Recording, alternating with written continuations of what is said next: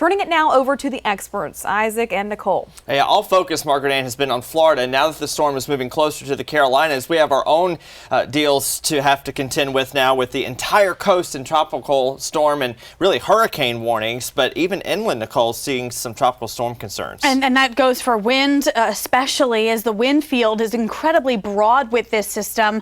We have tropical storm force winds extending 170 miles out from the center of the storm, and that is going to be what really creates the issues as far inland as the I-95 corridor once the storm gets to the Carolinas late tonight and into tomorrow.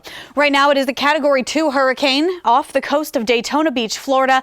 It is moving almost parallel to that coast of Florida this morning with 105-mile-per-hour winds. The forward speed has picked up since yesterday, 8 miles per hour, moving to the north and northwest, which does keep the track basically right along the coastline. But as it makes that northeastward turn, nearing the Carolinas, it's expected to get a little closer to shore than what they're seeing right now in Florida. So already watching the wind, the rain, the storm surge that Florida is seeing, our coastline will likely see even more intense conditions as the storm's center may not be on land, but closer to land than what they will see in those areas.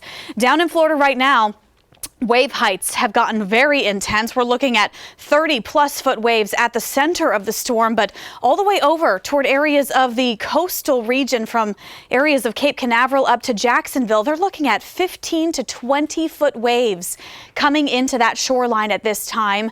The Carolina beaches getting closer to some of those concerns. We still have generally 5 to 10-foot waves, but look at this. Just off the coast of Charleston, we're looking at 15-foot waves on their way toward the shoreline, and they will intensify as that storm gets closer. There are storm surge concerns because of all of that water pushing in at once. So a storm surge warning consists of Wilmington, North Carolina, the entirety of the South Carolina coast down towards Savannah as well.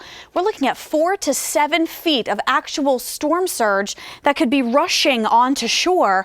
And at the same time, late Wednesday night into early Thursday morning, we're also looking at a high tide around the same time frame. So that doubles really the issue as we go forward. So storm surge concerns will be some of the greatest that we watch, as well as all the heavy rain starts to fall as well into the next few days. Isaac, I know you've been watching closely going forward. What have you seen as far as the track and the timing? Yeah, so the storm surge is one concern. The next concern, of course, is tropical storm force and hurricane force winds, especially for areas closer to the coast. Myrtle Beach and Charleston have a pretty good chance to see hurricane force wind gusts as the center passes very close or even makes a brief landfall over parts of the coast here. So conditions going downhill starting tonight.